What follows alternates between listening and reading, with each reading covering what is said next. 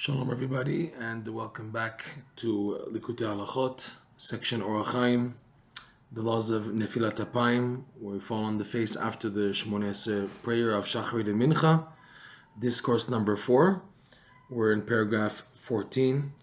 We're in the middle of Reb Noson's discussion about the main difference. It's like we're going to get to the point now, the main difference between the Jews and the nations, particularly the wicked people of the nations. What's the main difference between us and them is that we have what's called na'aseh v'nishma. We do first, and then we seek to understand. We're told what to do, and we accept be'emunah that this is what we have to do, and we do it. And as a result, we merit to properly understand what we're told to do. And the nations, they don't have this factor of emunah in their DNA, because they're rooted, like Reb Noson said earlier, in the tree of knowledge of good and evil. So everything is just logic, bad logic and good logic, all mixed together, but no emunah. So when you tell the Gentiles, particularly the ones who are atheistic and who are, pro-negative, not believing in God, they want a proof for everything. Prove to me God exists, prove to me, prove to me. So when you tell them a commandment of the mitzvah, they say first, we want to understand it. And once we understand and it's acceptable in our eyes, the moralistic value of the mitzvah, then we'll do it out of morality, out of being something right to do.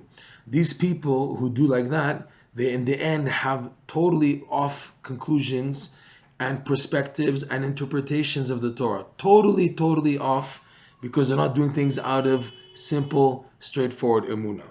So Reb Noson now goes into this, and he goes into the depth of that, and he starts like this.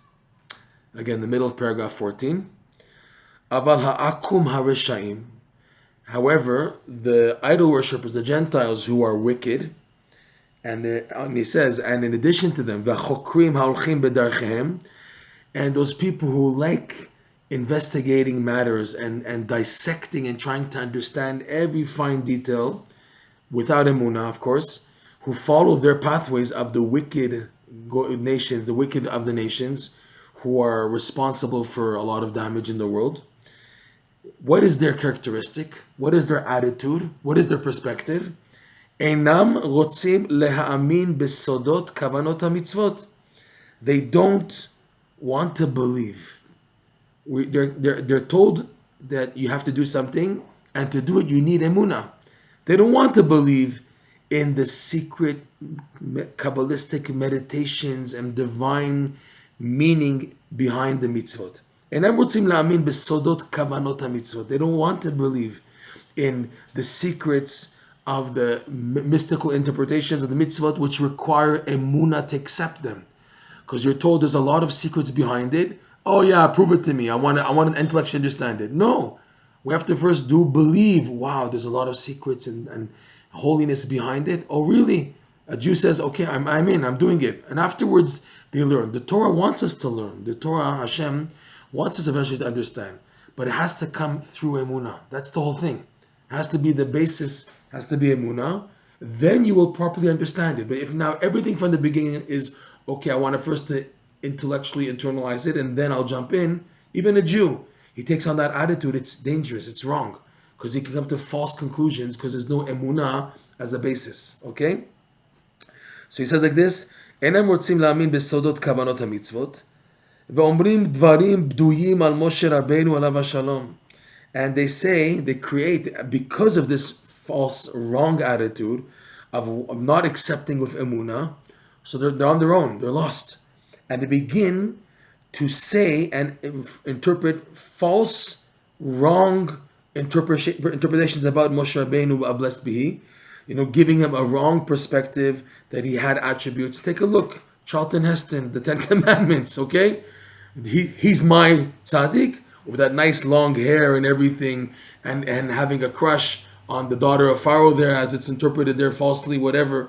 Just saying the goyish perspective of our tzaddikim and their intentions is totally off, totally wrong. And this was common a lot in Reb Noson's time, even till today.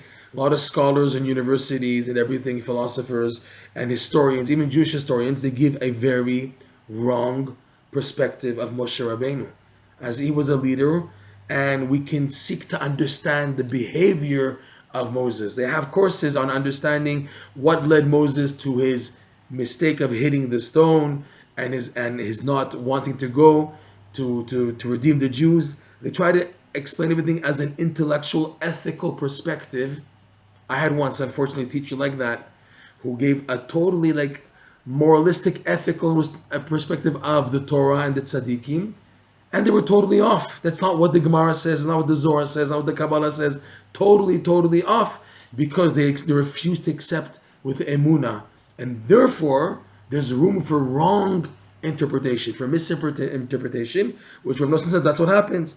And these people who don't accept through emunah the Torah, they start making falsities, falsehood, misinterpretations that they make up from their own interpretation, which is wrong, because there's no emunah here, on Moshe Rabbeinu, right? Umefarshim, Reb Noson goes on, Umefarshim ta'amim shel shtut vahevel al mitzvotav yitbarach hakdoshim vanoraim, and they interpret all types of explanations and reasonings of total falsehood and vanity, explaining the rationale behind Hashem, blessed be His holy mitzvot, the awesome mitzvot. You can't begin to take the Torah and give it an ethical, moral interpretation. That's wrong. That's totally wrong. Reb Noson talks about this in a few places. He gives the example that they want to say that the mitzvah of sukkah, is for a reason of going to enjoy the air. So he says, Reb Noson, if you want to enjoy the air, you don't make a schach with holes in it. You get a nice, expensive umbrella to have good shade. What is this? You make a sukkah out of schach that has holes in it. You make it stronger, that there's no holes and it's a good shade. So therefore it's not ethical. It's because Hashem told us to, period. Afterwards we will seek to understand how the Gemara, the Midrash, the Zohar, the Kabbalah, the Chassidut, how they all interpret the mitzvot. But first I accept blindly. Halacha says to do like this, A, B, C, D. I'm in. No questions, okay? They don't have that. So because they don't have that, it leads them, because everything's intellect. The way we said, they're rooted in the tree of knowledge of good and evil. The good is mixed in with evil, and there's no emunah here, so they have to interpret. And because there's no emunah, they are bound to falsely misinterpret the mitzvot of the Torah also. So they explain and interpret wrong reasons, ethical reasons which are wrong and off, of total falsehood and vanity on Hashem's holy mitzvot. Why all this? Reb Noson explaining what is the root for them being like that, and why even till today people are like that. Ki hem rotzim lahasig ulahavin kodem ha'maaseh. Because such people, they want to understand, they want to first grasp and understand before doing. That's not the way of a Jew. The Jew is we act out of emunah, and afterwards we seek to understand. They tell us, our parents teach us in school, A, B, C, D, that's the way of a Torah of a Jew. Keep on the head, brachot, netilat yadayim, don't do this, don't do that, do it like this. And we follow like sheep, yes. And then we understand. And not to say, what you're doing because you're stupid, you don't understand what you're doing. Yes, I do things out of emunah. There's stupidity here, yes. That I accept what I'm being taught, what I'm being told. I'm taught Moshe Rabbeinu and the Torah is the truth. I accept emunah. Okay, not now who says he's right. Out. Not interested in that attitude. Only pure, simple emunah, and that eventually will bring me to understand much better than you guys the Torah and the proper interpretation. And I will understand much more depth because I started with the emunah basis. Okay? Like we said, they want to first understand. They're interested in the intellectual grasp, understanding grasp before they do. And this Reb Noson says, now watch. Where's this rooted? Shezeu, like we said earlier, Shezeu ikar pagam chet etz hadat tovara. This is rooted in something earlier, a blemish that took place at the beginning of creation by Adam and Chava. He says this is the essence of the blemish that Adam and Chava fell into, of eating of the tree of knowledge of good and evil. We have to look now in the perspective what exactly led Adam and Chava to eat from the tree of knowledge. Hashem told you not to eat it. What's going on? Why did you go and eat it? So look what Reb Noson says. Shehesito hanachash hakadmoni. Because the nachash, this primordial snake, pushed and convinced Adam and Chava, first Chava and then Adam, right? It was coming from him. He gave a rational logic why he should eat from the tree, and that was his test, Adam and Chava. They failed the test. They were supposed to say, no, Hashem said otherwise. And they shouldn't have even listened to the snake, his argument. What did he say? The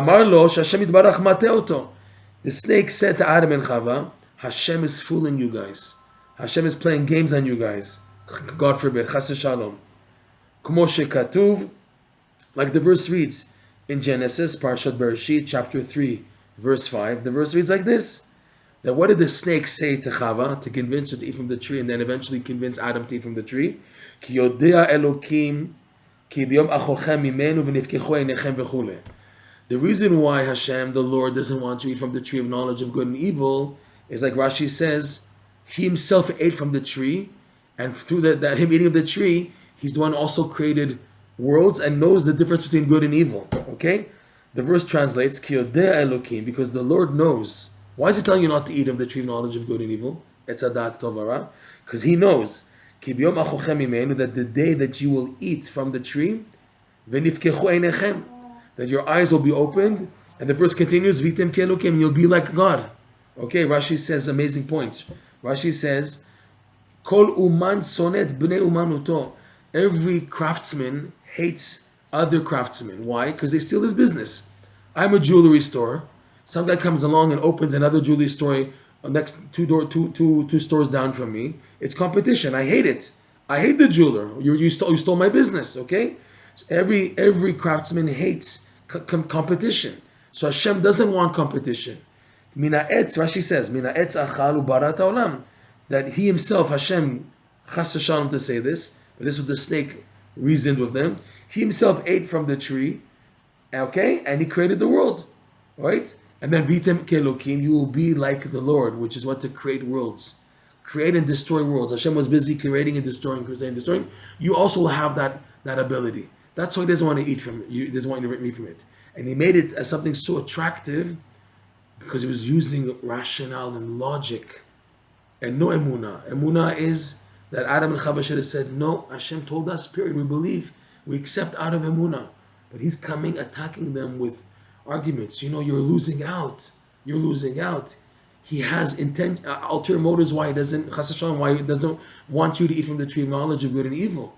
And they have now this challenge of rational logic or emunah.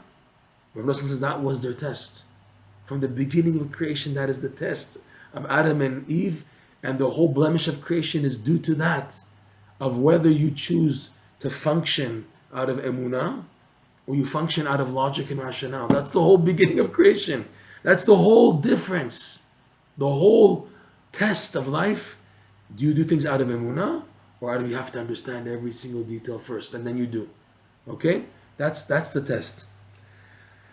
וזה עיקר ניסיון של ישראל, שזכו על ידי זה לקבלת התורה. So this was the test of Adam and Chava, and this also was the same test of the Jewish people when being presented to receive the Torah, that they passed the test by saying first Naaseh, and then Venishma. They passed the test, and they were zocha through that by first saying, Hashem, we want to serve you out of emunah. We'll understand the Torah later on. First, we will do what you tell us to do, and then we will listen, we will understand. And through that, they were zocha to merit to receive the Torah. Like we said, alidei shekdimun asiyah l'shmiyah, because they put first and foremost the action, the doing out of simple emunah. You tell me to lift up this rock, I'll lift up this rock. You tell me to stand on my head, I'll stand on my head. Whatever you tell me to do, that's the Torah. That's just an idea. The actual mitzvot we will do, and then we will listen. Okay? Dahainu la'asot kechol asher yidaber Hashem bli shum she'ela v'chakira klal. To do as everything as it's commanded, as Hashem spoke to do, without questions, wait a second, let's try to understand this. No chakirot at all. Rabbi Nachman's classic example of people like this is found in his story of the Chacham and the Tam, the sophisticate and the simpleton, where the sophisticate was questioning every single detail until he came to deny Hashem, the king, God forbid, which is referring to Hashem also. to deny, because he's using rationale, and then he was wrong also in the story. You can take a look there in the sophisticated and the simpleton. So this is the value, the greatness of the Jewish people, that they did as everything has commands, without questions, without any investigating and trying to probe at all, just to understand what has to be done, period. And now why and the reasoning behind it afterwards.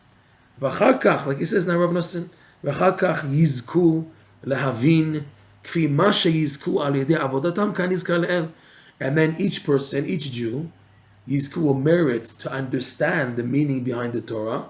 Kfi ma sheyizku, each person according to what he will merit to understand, dependent on what, commensurate to what, to how much he serves Hashem, how much he toils and works to serve Hashem with tmimut and pshitut, with simple, honest straightforwardness because of his emunah, and he succeeds in activating that much of the holiness of the mitzvot by doing them with such emunah and straightforwardness and simplicity, commensurate to that level, that's how much he will merit afterwards to understand. Right? V'al ken. So Reb Noson finished after saying this. He says, now we can understand why the Gemara says that the reward of the Jews, when they said Naaseh v'nishma, like the Gemara, Masechet Shabbat, page 88a, that when the Jews said, we will do and we will listen, so it says that each Jew got crowns. Angels descended. Remember? We said 600,000 angels descended and put 2 crowns on the head of each Jew, one for Naaseh and one for Nishma. Okay? So therefore, through this, the Jews merited to the crowns that we mentioned above, the 2 crowns for Naaseh and Nishma. And like what the Gemara says, the crowns correspond to, like the Gemara proves there, that because of the sin of the golden calf, the crowns were taken away. And in the future, Hashem will restore these crowns, like the verse reads, V'simchat olam al rosham. And the joy that was always there from before will be back on their heads. So the Pasuk is calling the crowns joy. It's called the joy that's like a strong, that was always there, but it was taken because of the golden calf, will be restored to every Jew. So the crowns are called simcha, simchat olam. That's what Roson's pointing out. So now we can understand why the Jews merited to the crowns, which are the simcha, called the joy of the world. Ki al yedei zeh, because through this attitude of naaseh v'nishma, doing out of emunah, and then understanding, then a person merits the higher level of emunah. Ki al yedei zeh zochin lebechinat keter. And then a person merits to the keter, shu mekor simcha kan yizkar le'el. Through this, a person merits to the crown, which is the source of joy, as mentioned above. He gets to this higher level of joy due to Naaseh v'nishma. Initially, in order to do Naaseh v'nishma, it requires also joy. It leads to initial joy. You need joy to do Naaseh v'nishma. You need to be happy about your emunah. And then, when Hashem tells you what to do, you're happy about it, that you believe in God, in Torah and Mitzvot with simplicity, then you're able to do it. Your emunah and simcha together dictates that you do things before understanding them. And because you take such an attitude, you merit to the crowns, which Reb Noson interprets is true simcha. The true simcha, the source of simcha. You did things out of initial simcha. The reward is you connect to the source of the joy itself, Bezrat Hashem. Thank you for joining.